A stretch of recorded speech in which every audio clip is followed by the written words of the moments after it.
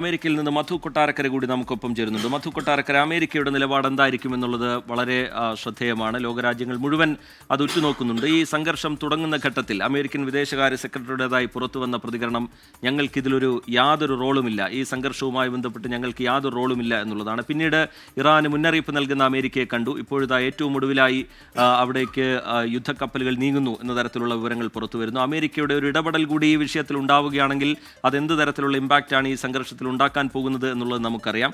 ഇവിടെ ഇപ്പോൾ G7 ഉച്ചകോടി നടക്കുന്നു. അതിൽ തന്നെ ഈ സംഘർഷം അവസാനിപ്പിക്കണം എന്ന പ്രമേയത്തിൽ ഒപ്പുവെക്കാൻ ഡൊണാൾഡ് ട്രംപ് തയ്യാറാകുന്നില്ല. അമേരിക്കയുടെ നീക്കങ്ങളെ, അമേരിക്കയുടെ ഈ ഘട്ടത്തിൽ സ്വീകരിക്കുന്ന സമീപനത്തെ എങ്ങനെയാണ് വിലയിരുത്തേണ്ടത് മധു കൊട്ടാരക്കര?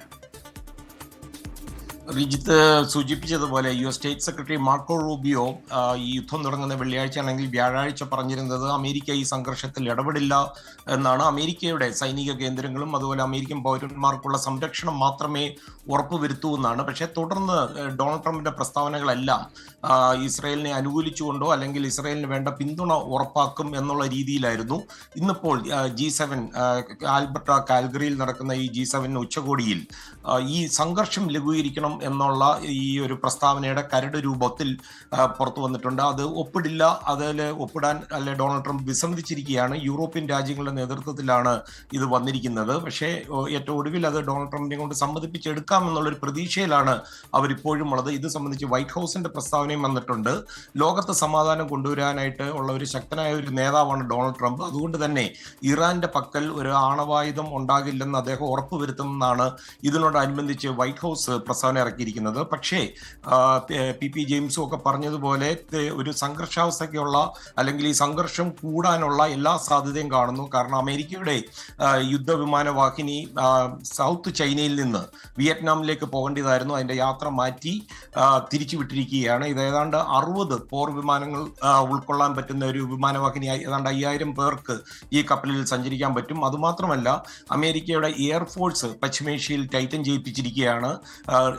വിമാനങ്ങൾ റീഫ്യൂൽ ചെയ്യാനുള്ള സംവിധാനങ്ങളെല്ലാം, അതിനുള്ള വിമാനങ്ങളും ഒക്കെ തന്നെ ആ മേഖലയിലേക്ക് തിരിച്ചുവിടുകയും ചെയ്തിട്ടുണ്ട്.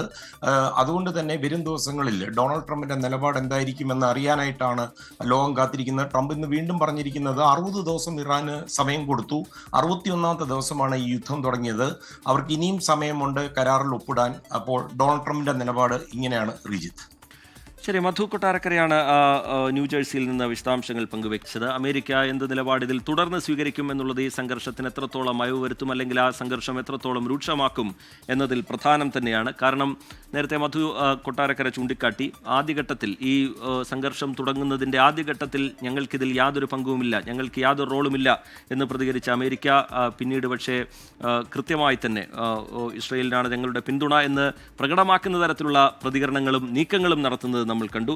ഇസ്രയേലിനെ പ്രതികൂലമായി ബാധിക്കുന്ന ഒരു തീരുമാനവും ഈ ഘട്ടത്തിൽ അമേരിക്ക എടുക്കില്ല എന്ന് തന്നെയാണ് പൊതുവെ വിലയിരുത്തപ്പെടുന്നത്. അതിൻ്റെ ഭാഗമായി ഈ സംഘർഷം അവസാനിപ്പിക്കണം എന്നുള്ള G7 പ്രസ്താവനയ്ക്ക് അതിന് വഴങ്ങിക്കൊടുക്കാനും ട്രംപ് തയ്യാറാവുന്നില്ല. അമേരിക്കയുടെ യുദ്ധവിമാനങ്ങൾ പശ്ചിമേഷ്യ കേന്ദ്രീകരിച്ചുകൊണ്ട് നീങ്ങുകയാണ്.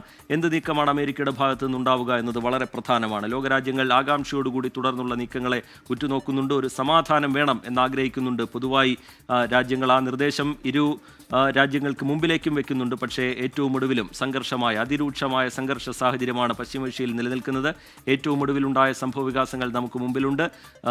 തന്ത്രപ്രധാന മേഖലകളിൽ, ഇറാന്റെ തലസ്ഥാനമായ തെഹ്റാനിലെ തന്ത്രപ്രധാന മേഖലകളിൽ ഇസ്രയേലിൻ്റെ അതിശക്തമായ ആക്രമണം ഉണ്ടായിരിക്കുന്നു. നിരവധി പേർ കൊല്ലപ്പെട്ടു എന്ന തരത്തിൽ വിവരങ്ങൾ പുറത്തു വരുന്നുണ്ട്. അതിലൊരു ഇറാൻ ടെലിവിഷൻ ആക്രമിക്കുന്ന നിലയിലേക്ക് കാര്യങ്ങൾ പോയി. അവിടെയുള്ള നിരവധി മാധ്യമപ്രവർത്തകർ കൊല്ലപ്പെട്ടിട്ടുണ്ട് എന്ന തരത്തിൽ അന്താരാഷ്ട്ര മാധ്യമങ്ങളിൽ വിവരങ്ങൾ പുറത്തു വരുന്നു. ഔദ്യോഗികമായി അത് സംബന്ധിച്ച വിവരങ്ങളില്ല.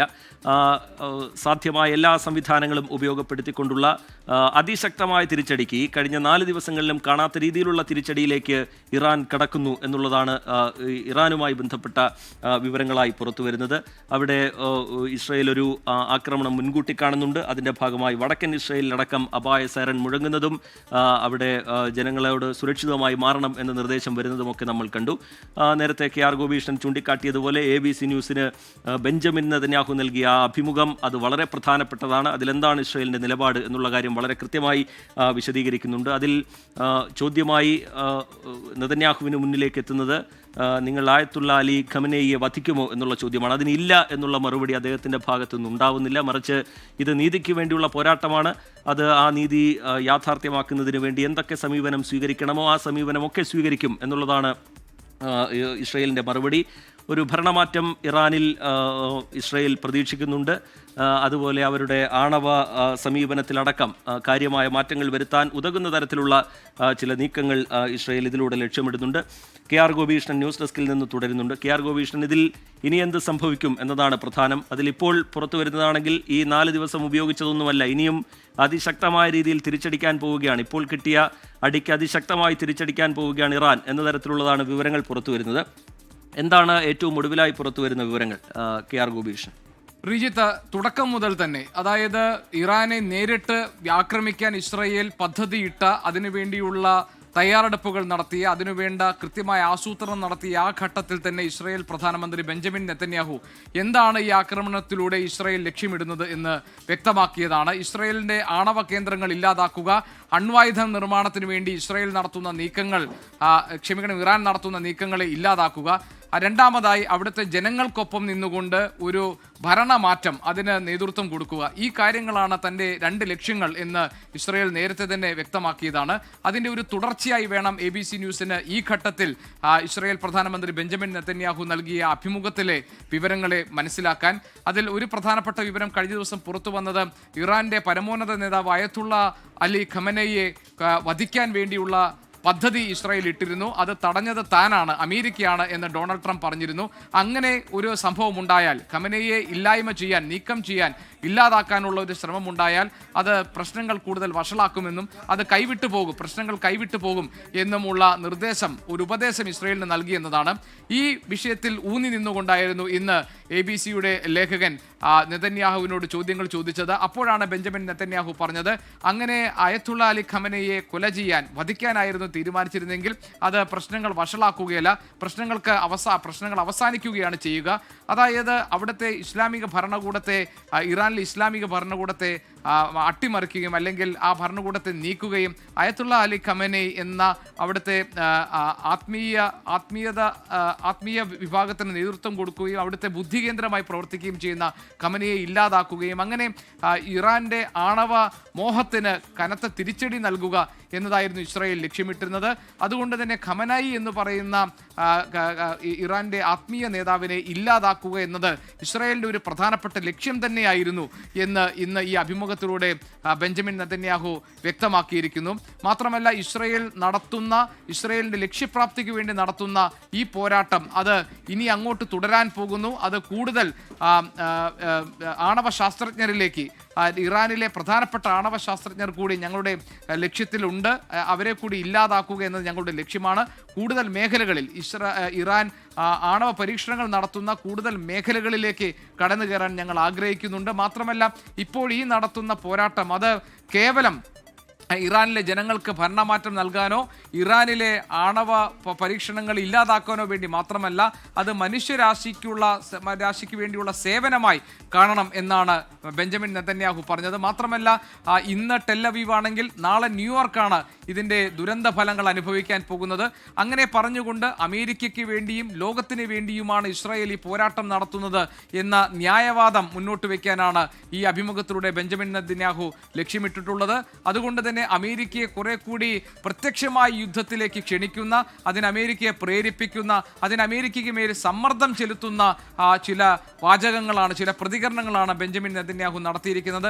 അമേരിക്ക ഫസ്റ്റ്, അമേരിക്ക ആദ്യം എന്ന ഡൊണാൾഡ് ട്രംപിന്റെ നിലപാടും അദ്ദേഹത്തിന്റെ മുദ്രാവാക്യവും എനിക്ക് മനസ്സിലാകും. പക്ഷേ അമേരിക്ക ഡെഡ്, അമേരിക്ക ഇല്ലാതാകുന്നു എന്നത് എനിക്ക് മനസ്സിലാകാനേ കഴിയില്ല. എന്ന് പറഞ്ഞാൽ ഇസ്രായേൽ ഇപ്പോൾ നടത്തുന്ന ഈ യുദ്ധത്തിനൊരു ധാർമ്മികതയുണ്ടെന്നും അത് മനുഷ്യരാശിക്ക് വേണ്ടിയാണെന്നും ഈ യുദ്ധത്തെ പ്രത്യക്ഷമായി തന്നെ പിന്തുണയ്ക്കാനും ഇസ്രായേലിനൊപ്പം നിൽക്കുകയുമാണ് അമേരിക്ക ചെയ്യേണ്ടത് എന്നുമാണ് ബെഞ്ചമിൻ നെതന്യാഹു ഈ അഭിമുഖത്തിലൂടെ വ്യക്തമാക്കിയിരിക്കുന്നത്.